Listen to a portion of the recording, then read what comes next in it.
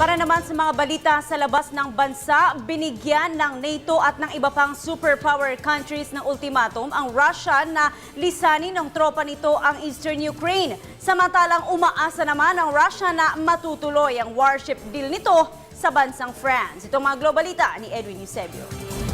Inakusahan ni NATO Secretary General Anders Fogh Rasmussen ang Moscow ng tahasang pag-atake sa Ukraine.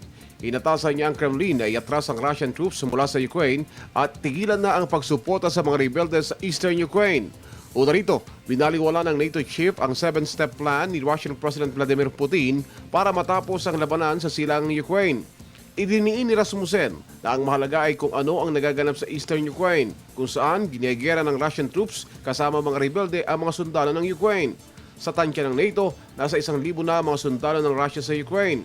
Welta naman ng Russia, anumang pagkilos para pumanig sa NATO ay makakasira sa pagsisikap na magkasundo para sa ceasefire sa Eastern Ukraine.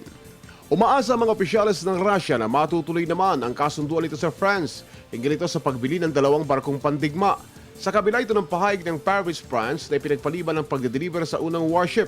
Ang nasabing pahayag ay sinundan ng komento ni French President François Hollande na ang panghihimasok ng Russia sa Eastern Ukraine ay bahagi ng kondisyon na hindi itutuloy ang delivery ng warship. Pinasalamatan naman ni Ukrainian President Petro Poroshenko ang France sa pagtigil nito sa delivery sa Russia. Nakita ang French President at Ukrainian President sa NATO Summit kahapon sa Wales na bahagi ng Gran Bretanya. Para sa Telebisyon ng Bayan, Edwin Eusebio.